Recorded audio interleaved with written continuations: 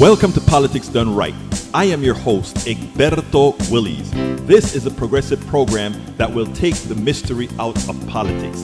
This is the program that will encourage you to make sure government becomes we the people. Whether you are liberal, progressive, conservative, or otherwise, you get to air your point of view. We are an independent media outlet that, unlike mainstream media beholden to corporations, we only owe allegiance to you. Remember, you can also send me a tweet at EGBERTOWILLIES. That is at Egberto Willies. Let us engage. It is Politics Done Right.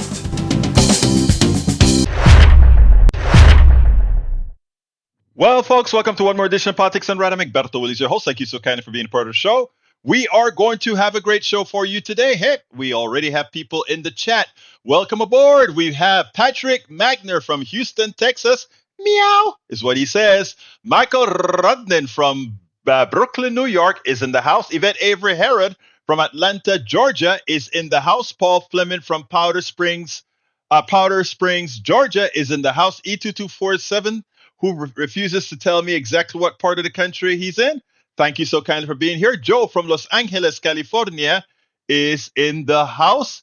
Let's see who else we have here. Bridge MCP from Binghamton, New York is in the house. We also have anybody else. As more people come in, I'll call you out. Let's see what Brother Rudden is saying. Listening in for a while. Rough sleepless night. Apartment renovation since way too early in the morning. Been noise in the background. They just left a few minutes ago. Well, my dear brother, I hope it gets better. I know what it's like to be sleepless. Like, I get up at 4 in the mornings to get on my cycle, my spinner, because I have to do the 6 o'clock Politics Done Right Central Time. So I have to do my workout, all that stuff, and then do a little bit of prep and connect to the studio, all of that. So I get up at 4 to get all of that started every single morning. I'm lucky to get to bed by midnight. I'm trying to get to bed by midnight. So I feel your pain. I feel your pain.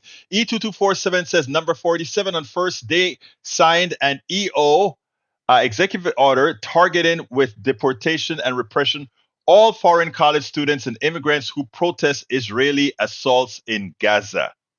I wonder if they would get expelled if they were protesting Gaza assaults. Well, what can I say?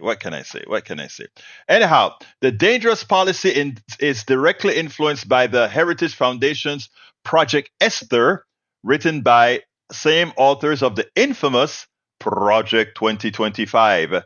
Good afternoon. Joe is in the house. Our beautiful Yvette Avery Herod is in the house as well. E2247 also says it's a comprehensive plan to obliterate any organization, number 47 deems un-American, starting with Movement for Palestinians' Human Rights, all under the guise of combating anti-Semitism. That's a shame. Michael Radney says might be in a few minutes, feeling like crash out coming. Oh, I hear you, Radney. I hear you. All right, 10,000 word Project Esther of the Heritage Foundation targets what it calls the Hamas Support Network, a Hamas support organization, including Jewish Voice for Peace and Students for Justice in Palestine. Project Esther equates anti-Zionism and criticism of Israel to anti-Semitism and anti-Americanism. That's hogwash. That I think we've got to fight that belief. The funny thing about it is there are a whole lot of the younger Jewish folks that understand what's going on here. So, folks, muchísimas gracias por todo eso lo que están haciendo. All right. Let's say what else we got here. Let's say what we got, including Foreign Agents Registration Act, FARA, a Racketeer Influence and Corrupt Organizations Act, RICO, plus counter terrorism, hate speech, etc. Okay, what else have we got here? Joe says, I like how you say it. Nuestra Señora la Reina de los Ángeles. Nuestra Señora la Reina de los Ángeles. You like that, huh? By the way, let me tell you what Joe made me say. It says, Our Lady, the Queen of LA. There you go. Reina de los Ángeles. There you go. All right, what else have we got here? E227 has a PDF for us all to read with the Project Esther on it. for those who can actually go ahead and do it. I have faith in E2247. I don't need to read the entire material because I think, again, I need it when I need it, right? Okay. Michael Ranez says, LOL, sleep from 4 a.m. to noon. Today was up later with a stuffy nose, and the repairman came in at 8 a.m. 4 a.m. till noon? That's not bad, though. That's a good amount. That's 8 hours, dude. You sleep from 4 a.m. to noon. Do you work the night shift or something? All right, let's see what else we got here. Scrolling down, Bree says Cash Patel got confirmed. Mitch announces retirement. I hope they implode. Well, Cash Patel is now leading the FBI for 10 years. But you know what? Donald Trump set the precedence. So when we get a progressive president in 28, in 29, we can go ahead and force Patel to leave. Yeah, Trump set the precedence. All right. Paul Fleming says ABC News breaking: the chairman of the Joint Chief of Staff and the Navy's top admiral among the list of officers provided to Congress this week, indicating that Defense Secretary Pete Hegseth could fire or remove them from their current jobs, according to U.S. official. Who is that now? The Joint Chief of Staff.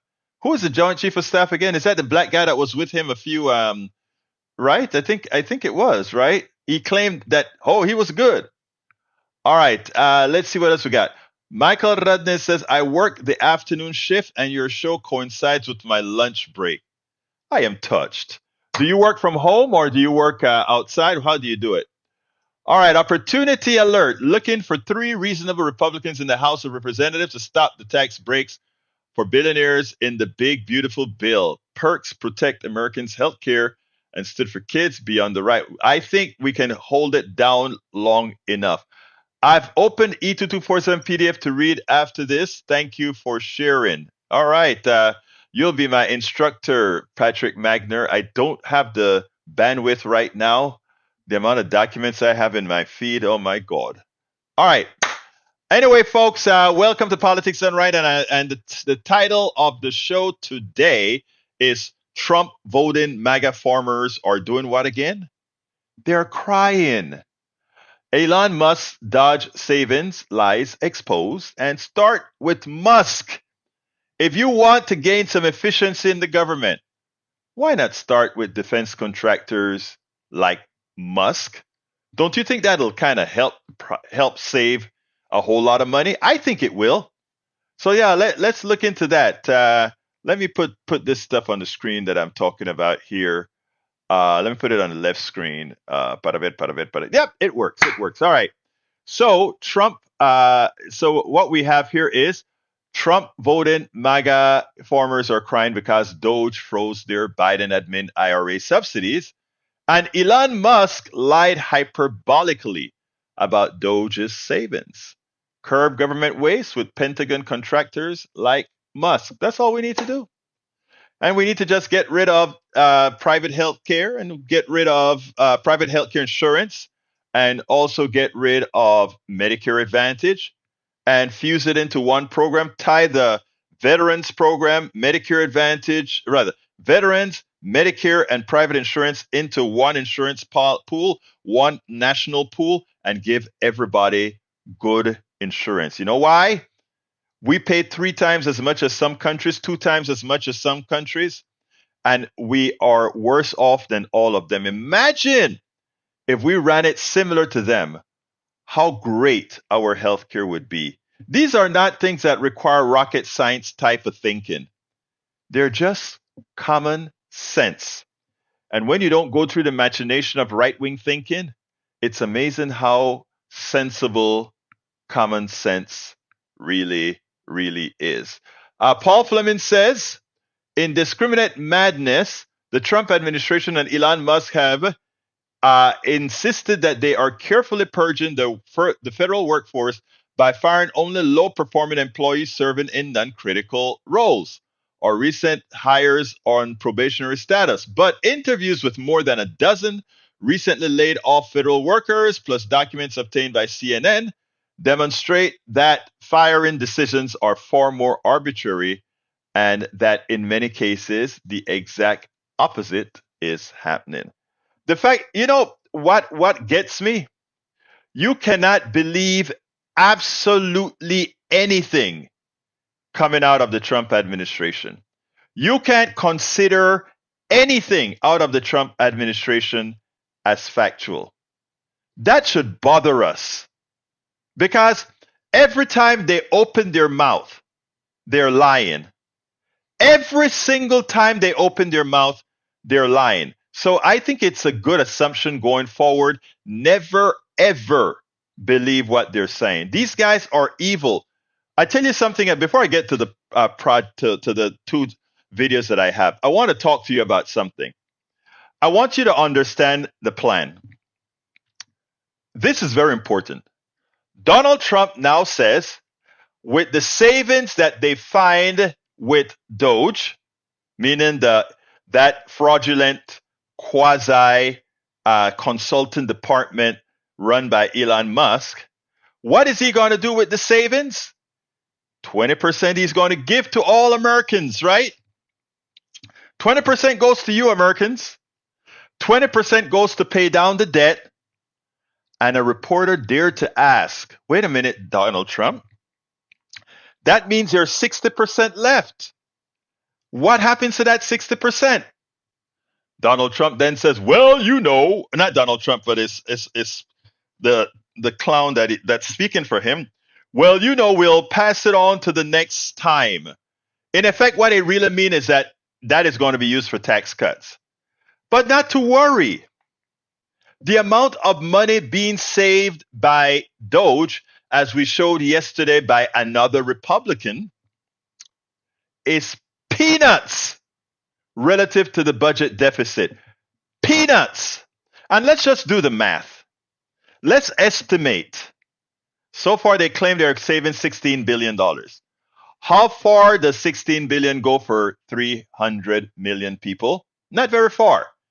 One calculation was around $30 a person. So you screw up departments, you make things less efficient, you make people wait on the phone longer, you make them drive further, you waste their time, which is valuable money. They could waste more time for the damage you're doing to the government than what you send them with a $30 check. But here's what's worse. None of that disruption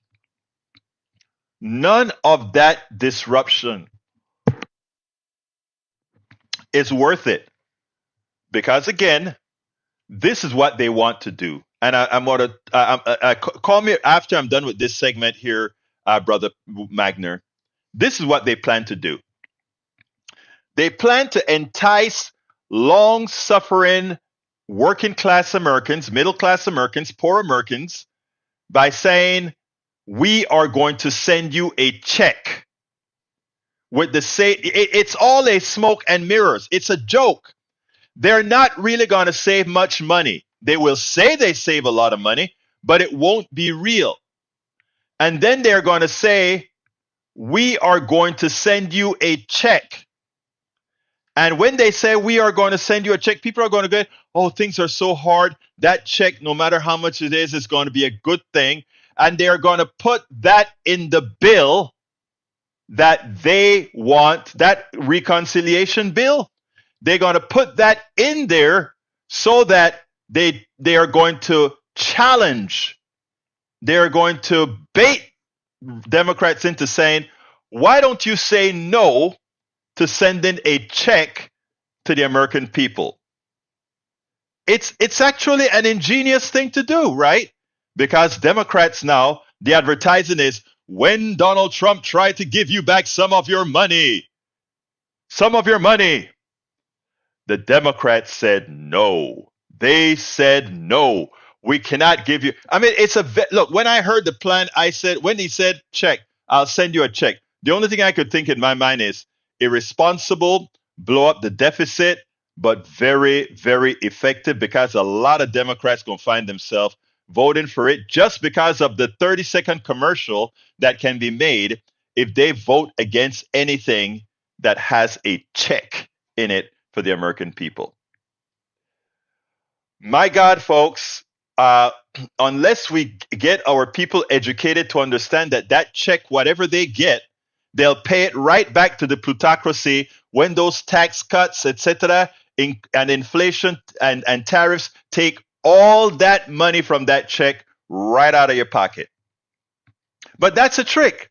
The trick is to float that idea of a check and put that check in the reconciliation bill and dare any Democrat or Republican to vote against giving the American people, long suffering American people, a check. How do we get around that? The only way to get around that is for a bipartisan group of folks to say, we simply are not going to support this kind of deficit spending. It is an evil thing to do. This guy cares nothing about the working class, nothing about the middle class, but they will use smoke and mirrors to cause the middle class to vote against their own interests and to support stuff that will ultimately hurt them. Remember the story I talk about the farmer and a dumb population. And I use that dumb population with kindness. You know, if you have 10 bushels of corn, or let's say 1,000 bushels of corn, and it feeds everybody, but people are left a little bit hungry. But you don't want to get full because you need to use that other bushel of corn to plant for the next season. An educated population is going to say, I can't take that bushel because it will starve me subsequent years if I do. That is exactly what Trump is trying to do here. He's trying to tell Americans, hey, take this few dollars that I'm going to give you. And by taking that few dollars, you have screwed your entire personal economy for years. Understand the evil of what Donald Trump is trying. All right, folks, before I go to the video, I better wait till I hear from Magner, because Magner said he wants to call in and make some commentaries about Doge. So call in now, Mr. Magner. And while you call, let's see, not even Dolly Parton is spared.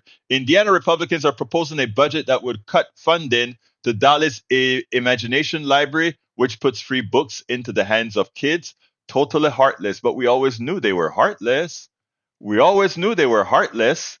All right, what else have we got here? Let's see. There we go. All right, Brother Magner, talk to me.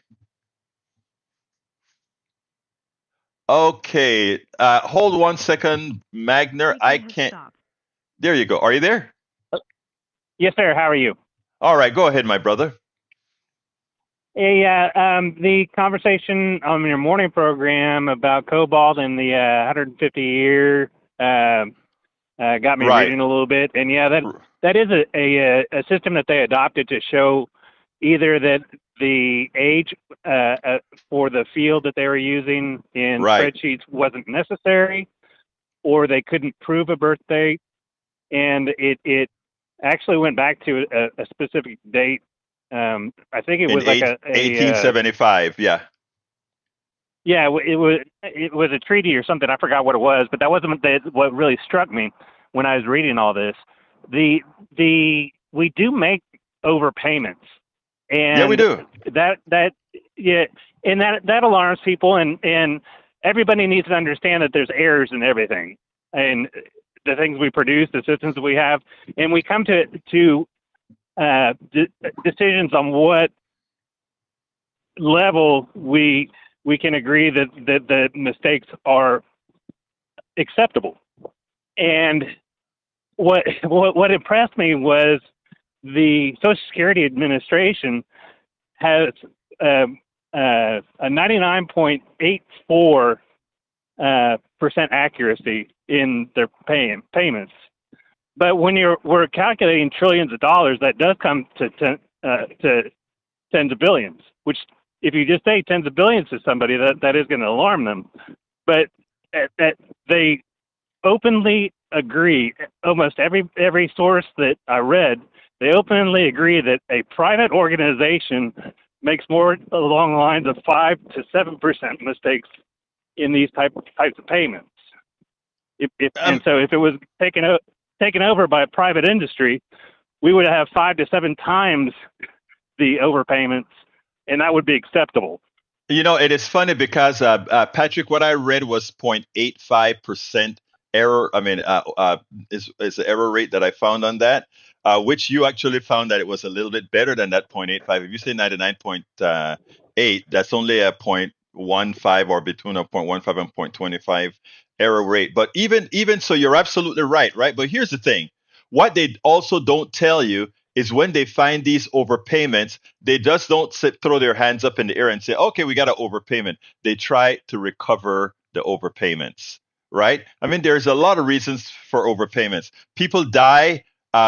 Kids go ahead and don't tell that their mother has died and continue to let that money flow into the account. All kinds of things are used for, and it's no different than the fraud of Exxon Corporation taking subsidies that it doesn't qualify for, or other companies. I mean, look, there is a certain amount of fraud. There's a certain amount of errors. Some are legitimate errors. Some are outright fraud. In the SNAP program, there are people who use SNAP as an investment. You have people who they get people to do to SNAP. They pay them a percentage on the dollar, and then they pass that thing along. It is the free market and it's capitalism. It's wrong, but I also think capitalism is wrong. So continue, my brother. Well, they also say that they could improve on that error, but they said that the amount of money that it would take to spend to improve that error would actually outpace or outstrip any further savings. So Right. they settled on a less than 1% or a greater than 99% accuracy on our behalf, because anything higher would cost us more money. There you go. You go. So my biggest point is, if you're being suckered by hearing $10 billion of waste, blah, blah, blah, by a billionaire who is right now trying to replace all the, many of the public employees with his private contractors. That's one of the reasons why he's trying to shut this down, is he's trying to replace these people with his people so that he can make money off of that. Exactly. Which is not efficiency. But when you're listening to this guy and you're like, oh man, he saved me $10 billion, you're a freaking sucker. I'm sorry, but yeah, you're stupid. But go ahead. Go ahead. No, you speak. No, that's pretty much all I had to say. Yeah, well, I mean, what happens here is this, right? And that's why you notice. I don't know if you heard the part of the discussion where I spoke about the check that Trump is talking about giving people, right? Giving everybody a check. That is why it is so Which will cost hard. us money. It'll not only cost us money, it blows the deficit even further. If we save all that money, don't give it back to the people, reduce the deficit, because what they don't tell you is the following, that if we do more deficit spending, it's pay me now or pay me later. So let's say we were all to get $200, right? And that increases the budget deficit by X amount of $1 billion. That money has to be borrowed, and that money is going to have interest on it ad nauseum for your lifetime. So you get that one-time $200 billion, and you pay your lifetime. We, the taxpayer, who are currently paying over $1 trillion in interest rates on the debt. In other words, imagine this. If we could just let that debt disappear, that $1 trillion debt, if we could let that disappear, our budget is balanced. Think about that. And the interest is no longer going towards possible foreign entities that will use that against us, or billionaires that will try and purchase that presidency, which just happened. Exactly. And that is what we have to. I mean, because we have sovereign currency, I actually propose that we just go ahead and mark the debt down to zero. In other words, I propose that we go ahead and print that debt out of existence. And we could, and people say, oh, what will it do with the economy and all of that? And here's what it would do to the economy. If it's a psychological thing, why would it will remember, guys, remember you're just taking $1 trillion and giving it to rich people who don't spend it all, right? So you eliminate that money. And people said that is inflationary. But is it? Not really, right? No, because and you know, money is not being taken out of the system. Exactly. We could do that. The problem about that is that it suddenly creates a psychological problem. It doesn't create a functional problem. It creates a psychological problem because people would really learn the definition of money. It's just a form of exchange. It's just a matter of. It's just that it is just that what you call abstraction layer. If you the only thing that matters in an economy is whether you have enough production and enough services to cover what people want. If you have that, it's over. It's over. But people, I would rather see Treasury bills available to the normal American at 5 or 6% than getting a loan from a billionaire or a loan from China. I agree exactly, and in fact, technically speaking, we could do that, right? We could write paper and give everybody a stake in the United States, right? Yes, sir. There we go. Anyway, thank you so kindly for calling, Patrick. You always make us smarter when you call, brother. Well, thank you for your time. I always enjoy your show. Great. So you have a wonderful day, sir. All right, folks, let's go with the first video. A lot of farmers, they were taking advantage. I don't mean in a bad way, but they were liking the policies of the IRA, the Inflation Reduction Act passed under the Biden administration. They loved it. They loved it. They went and they upgraded their farms and they put solar cells on their farms so their electric bills went to nil. This guy said it was 80% of his electrical bill went away. Therefore, he could sell his jam, his jellies at much reduced cost. Wow. This other guy had all kinds of warm houses. What do you call it? What do you call those things? The place where you grow stuff, right? In the farmhouse homes, etc. And I mean, it was a great thing. The Inflation Reduction Act was great for the farmers.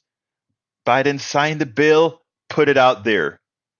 And these farmers show their gratitude for good policies that they used by voting for the felon. And in voting for the felon, what happened? In voting for the felon, here is what happened. You really can't make this stuff up. Look, we have some Trump voting MAGA farmers that enjoyed the policies of the Biden administration and they took advantage of it. And Donald Trump, they voted for, they made sure that he was president and he came in and he froze it all. I want you to listen to this and then we'll take it on the other side. The Trump administration's freeze on certain federal funding has put some farmers across the country in limbo. The farmers are not receiving the critical government grants they were counting on to pay their bills. NBC News correspondent Emily Aketa brings us the details. There's about 100 of them out there. Kevin Levitt hoped these solar panels would help his main farm flourish. The hope here is that these panels will produce enough electricity that the farm needs all year long. He was only able to move forward with the pricey project because of a federal program that promised to shoulder roughly a third of the cost after completion. But the panels have been up and running for weeks and no sign of the $45,000 he's been counting on from the U.S. Department of Agriculture. Could you have ever imagined finding yourself in this position after taking on that agreement? No, everything is in writing. Everything's signed. You're stressed out. You're on edge. It has a toll on you. President Trump has signed a flurry of executive orders pausing federal funding for review, including the Inflation Reduction Act, the climate initiative passed during the Biden administration. That has grant money built in for farmers like Levitt to to conserve soil, water, and energy. I can't get any answers. Coast to coast, farmers who overwhelmingly supported Trump in November are voicing confusion and concern. I've already done a bunch of the work, already paid for the material, already paid for the labor, so I'm out all that cost. It's going to reach into every state and every community nationwide. That's how far the reach of the Department of Agriculture is. A USDA spokesperson says Secretary Rollins is aware farmers have been waiting on payments during this government-wide review and is working to make determinations as quickly as possible, citing plans to share information later this week. Until then, what do you want people in Washington to know? Enforce the contract that they gave to us, that they gave to everybody else, and do what it says. Or else what? Or else there might not be farms. So let's talk about this, some of the unintended consequences, right, of what we've seen from Trump and Elon Musk in some ways. The freezing funding, just the plight of the farmers, also slashing all these government agencies. This is going to impact, we're already hearing stories, including some being put forth on Fox News yesterday, I'll note, of people who were clearly voted for Donald Trump, but suddenly have had their jobs taken away because of what they're doing. Yeah, I mean, there is a precedent for this. I mean, I remember in his first term, there was a wave of early stories saying, oh, can you believe it's happening? We're going to talk to some Trump voters, and they're surprised that, you know, their life has been distracted like this. Things have been interrupted. The question is, how much do they care? I mean, how much, not the farmers care, but how much does Elon Musk and Donald Trump actually care? Did they sort of build this into the plan that, you know, look, we've already been elected, well, Trump's been elected twice. They've already voted for us. I mean, is it sort of a slash and burn thing? I mean, Maine, obviously it's a bluish state. I mean, I guess, did the northern electoral vote go to? I think Trump got the one. Trump got the one. All right, never mind. But no, I mean, it is, you do see a lot of this trickle down thing, but that just doesn't seem to be part of their strategic thinking politically. And it's also a question of whether this is a politically harmful thing to them in the long run, other than a few stray voices that you hear in media reports. Now, there might be a lot of them, but it's not exactly a drumbeat that they're paying attention to. Now, this is really pathetic, right? You have a lot of these people who, for reasons we've spoke of before, refuse to vote for Kamala Harris. In fact, there are polls that exist that show that if we took the name off of policies and ask which policies are preferred by people, they would all go for the policies that the Democratic Party stands for, that progressive stands for. Now, here we have the IRA, the Inflation Reduction Act. And the Inflation Reduction Act was an opportunity for two birds to be killed at one time, right? Do things that reduce inflation and do it by removing the dependency on fossil fuels, which are overpriced, highly priced. And at the same time, I shouldn't say overpriced because we don't take the externalities into consideration. The oil, to reduce the dependency on oil, and in doing so, reduce the cost for farmers by giving them the capital that they don't have necessary to invest in these types of energy systems that make their farms more efficient. And by making their farms more efficient, what happens again? The price of their products fall. And when you don't have when prices of products start to fall, you don't have inflation. The Inflation Reduction Act. A lot of people wanted to make issues of why are they doing that? Why are they're trying to cloak inflation reduction into green energy? Yeah, because you can if you invest in green energy, the overall outcome is the reduction in price, and these farmers started to see it.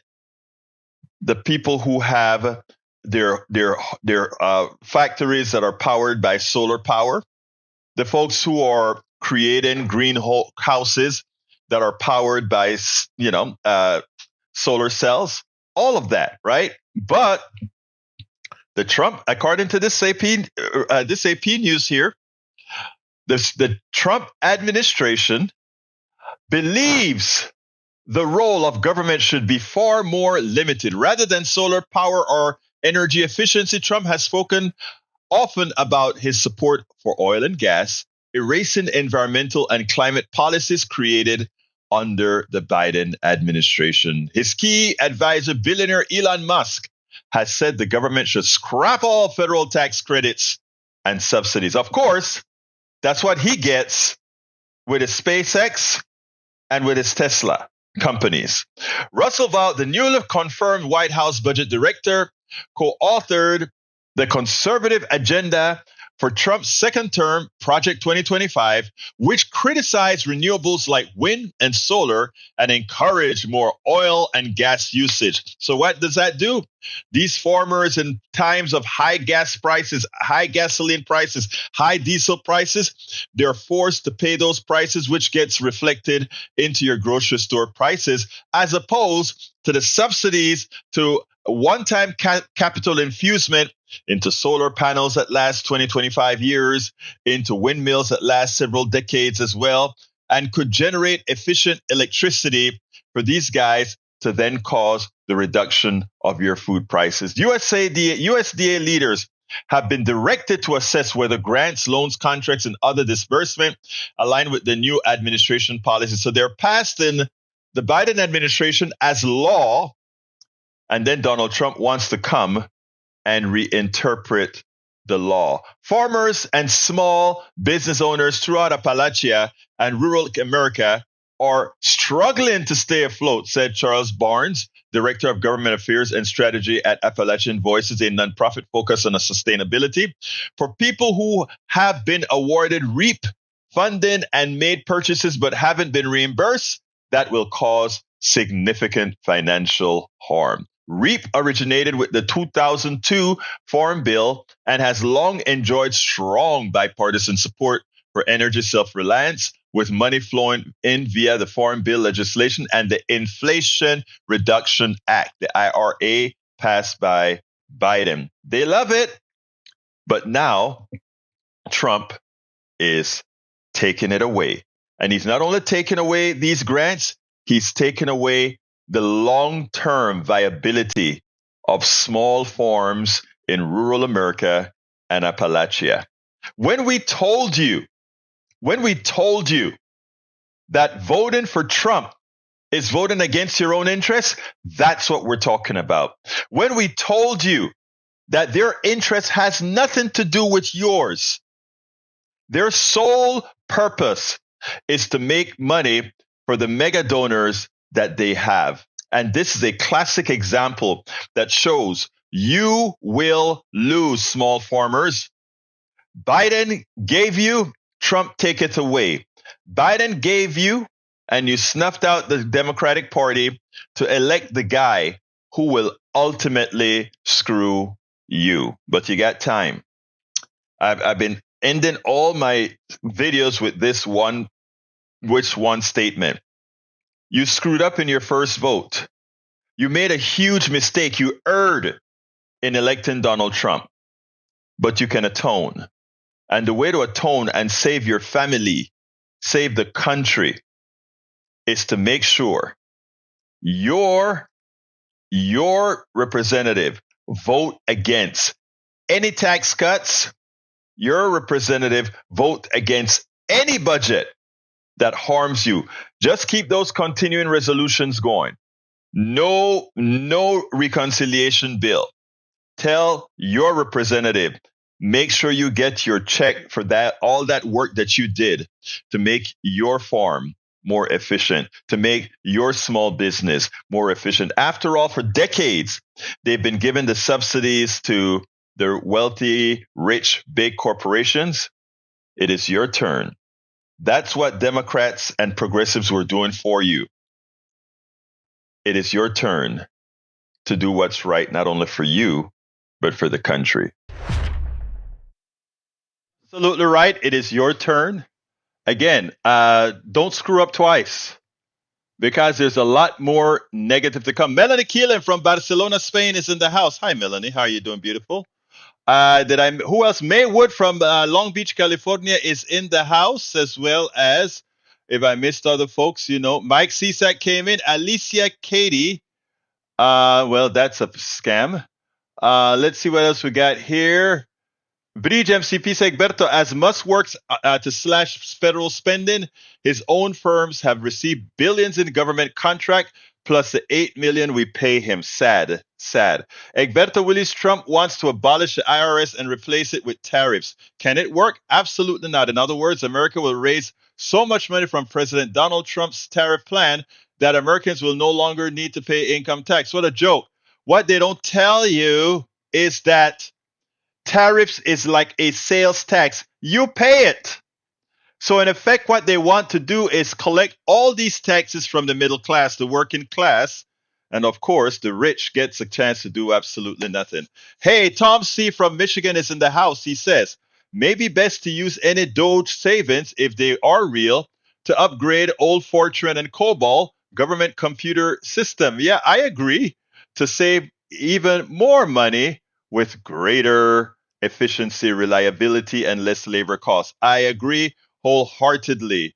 All right, we have another video, and this one is the lies that Elon Musk has to tell about how much he saved. Did he really save that? Hell no, he didn't. Well, Elon Musk comes out and he puts on his website that he has saved $16 billion. Of course, when you have investigative reporters doing their job, as in this case, the New York Times did, it turns out that they didn't save that much money. In fact, it was something on the order of between $5.5 million and $8 million was the real saving from one big contract. Whatever the case is, however it's divided, they saved very little, that is, over Doge. But Elon Musk is telling you that they did better. I want you to listen to this, and then we'll take it on the other side. Doge recently posted a list of the government contracts it has canceled on its website, itemizing what it says is $16 billion in savings in what it calls a wall of receipts. Yet an investigation by the New York Times found almost half of those line item savings could be attributed to a single $8 billion contract for the Immigration and Customs Enforcement Agency. Furthermore, according to the paper, it appears that the Doge list vastly overstated the actual intended value of that contract. A closer scrutiny of a federal database shows that a recent version of the contract was for $8 million and not $8 billion. In addition, okay. It's kind of a, so this is that a typo? Dr. Evil stuff. Yeah. I think it was a typo. $1 million. Yeah. $1 billion. In addition, the Times notes that since $2.5 million had already been spent on the contract, it's likely that canceling it saved $5.5 million at most. Wait, okay, so instead of $8 billion, it saved $5.5 million. Okay, got it. Right. And a spokeswoman for Doge did not respond to the paper's request to explain their accounting. Joining us now, former Biden White House infrastructure coordinator and former Democratic mayor of New Orleans, Mitch Landrieu. You understand, as Ross Perot would say, where the rubber hits the road, where we can talk sort of generally, theoretically about government cuts. We can talk generally, theoretically about waste, fraud, and abuse. And we all want to get rid of waste, fraud, and abuse. We've spent our lives, I know you have too, trying to find it and get rid of it.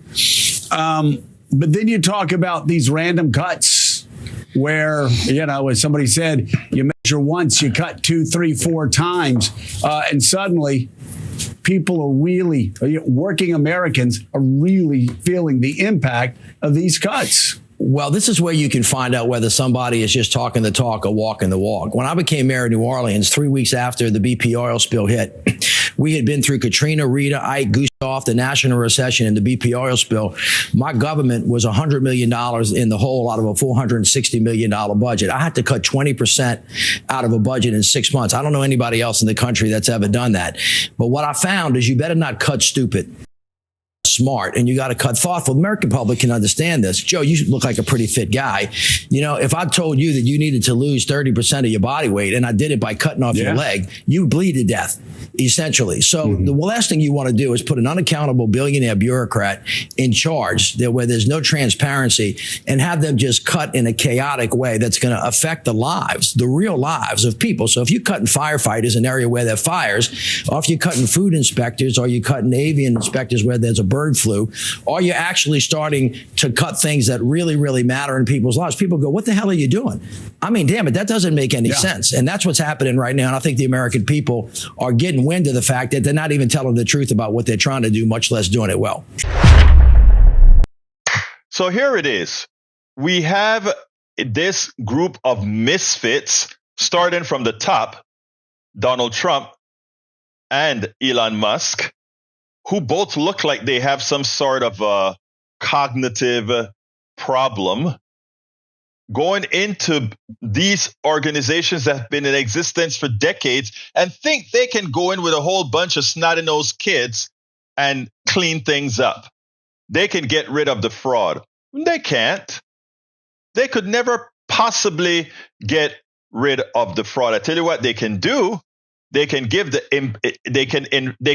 belief that they're doing something as they destruct and deconstruct things, so that then the government has to go outside because they've depleted all their experienced people that they've let go.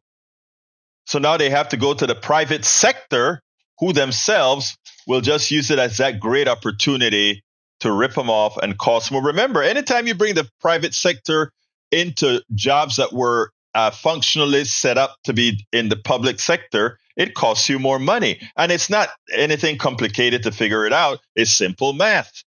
Because you have profits, if it's not a nonprofit, because you have to make a profit to pay your shareholders and your executive bonuses, it just doesn't work. If you're going to bring a third party nonprofit, even the nonprofits, let's give an example. At one point, the Red Cross was paying its CEO $500,000, a nonprofit. So there are all these machinations that occur where the private sector rips off the public sector. So if Musk really wants to do some efficiency within the government, what he would do is he would go ahead and say, you know what? Let's go ahead and create Medicare for all. You know what? Let's go ahead and stop all these private companies from using Medicare Advantage as a piggy bank to steal from us. You know what? We can go ahead and reduce the Defense Department to buy a whole lot of off-the-shelf stuff instead of paying excessive prices for them. You know what? We can actually consider having less wars. There is so much, if we really wanted to get our bang for the buck in efficiency. It's not laying off government workers. That's not where the efficiency problem is. The efficiency problem is the policies that rip us off. Medicare, having private Medicare, making Medicare Advantage, having private health insurance, all of those things are the things that rip us off. If you want efficiency, we can find efficiency rather quickly. Let's look into doing that, folks. Absolutely so. Absolutely so. And Bridge MCP brought something to my attention that I should have prepared it, but what I'm going to do is I'm going to play it right from the website. This is important stuff that we should be listening to right now. So let me go ahead and set that up, and then we'll take it right now. Some of you know, Skokie, Illinois once had one of the largest populations of Holocaust survivors anywhere in the world. In 1978, Nazis decided that they wanted to march there.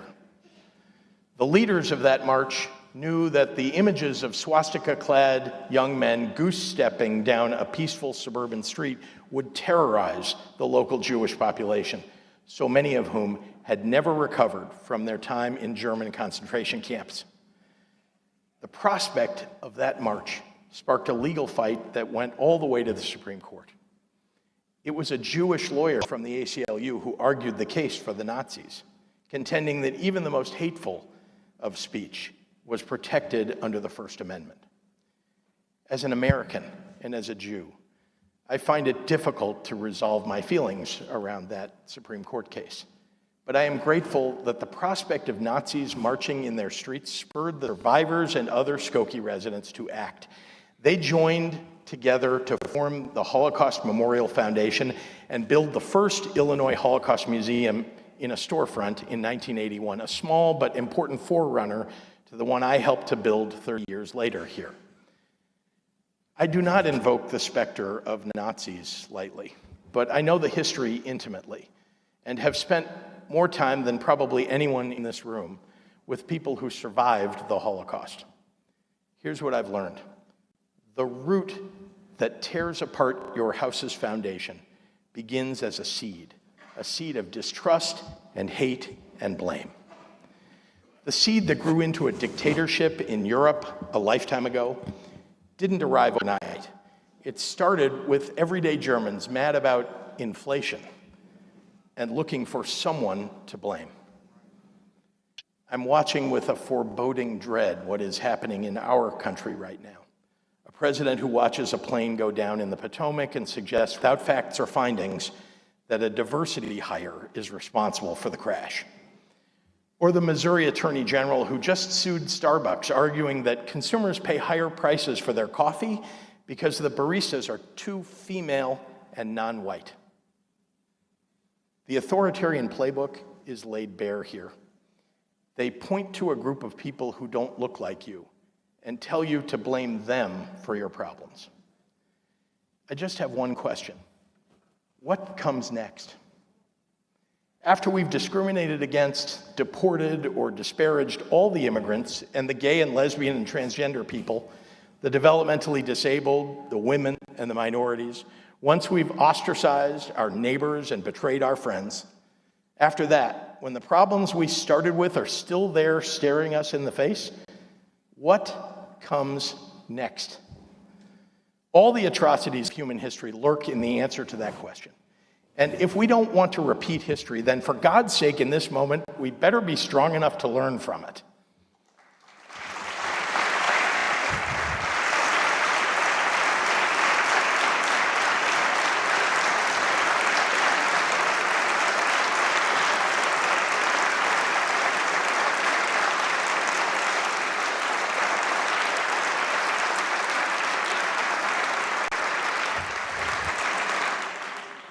I swore the following oath on Abraham Lincoln's Bible.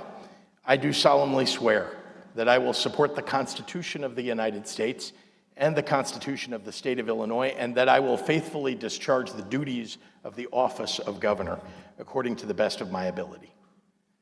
My oath is to the Constitution of our state and of our country. We don't have kings in America, and I don't intend to bend the knee to one.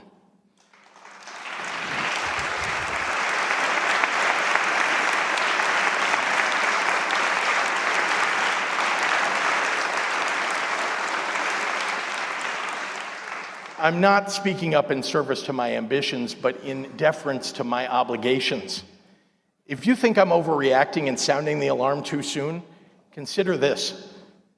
It took the Nazis 1 month, 3 weeks, 2 days, 8 hours, and 40 minutes to dismantle a constitutional republic.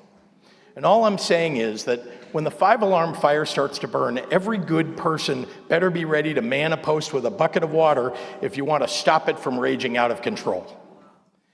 Those Illinois Nazis did end up holding their march in 1978, just not in Skokie.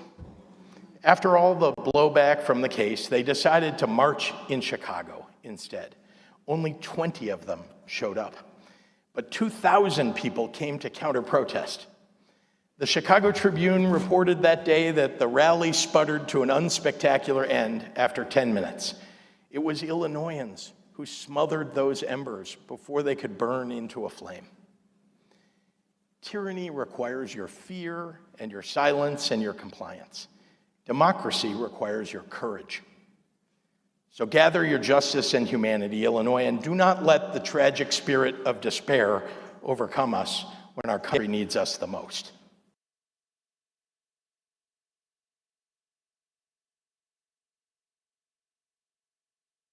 that profound or what?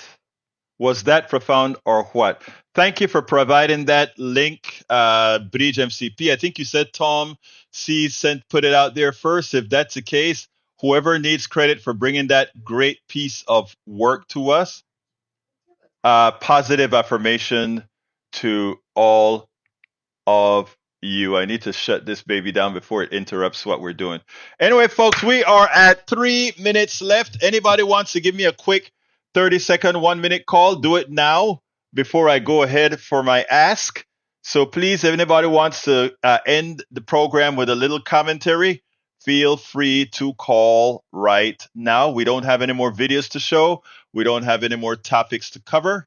So please feel free. Give us a call ahorita mismo. Really, right now. While I await any calls that may or may not come, I'd like to ask you so kindly to support our program. You can support our program by going to politicsdoneright.com/newsletter and becoming a paid supporter of our program. That is politicsdoneright.com/newsletter to become a paid supporter of our newsletter. Becoming a paid supporter of our newsletter help us with all our expenses, etc. And let me just tell you, it's hard work and we do the job.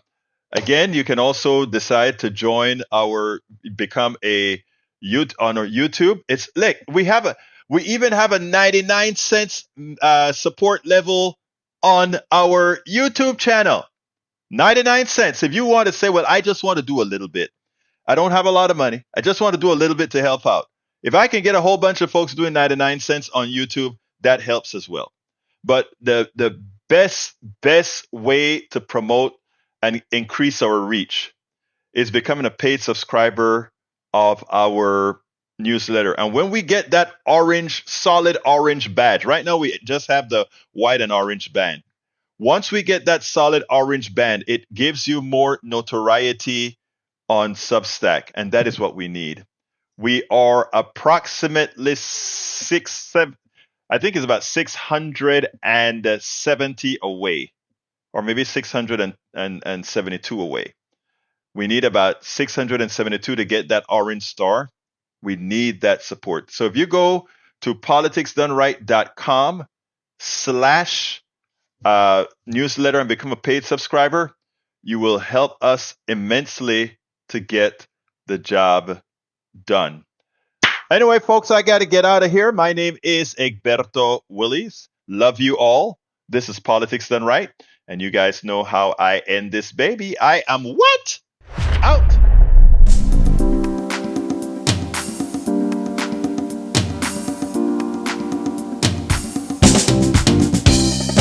Welcome to Politics Done Right. I am your host, Egberto Willies. This is a progressive program that will take the mystery out of politics. This is the program that will encourage you to make sure government becomes we the people. Whether you are liberal, progressive, conservative, or otherwise, you get to air your point of view. We are an independent media outlet that, unlike mainstream media beholden to corporations, we only owe allegiance to you. Remember, you can also send me a tweet at EGBERTOWILLIES. That is at Egberto Willies. Let us engage. It is Politics Done Right.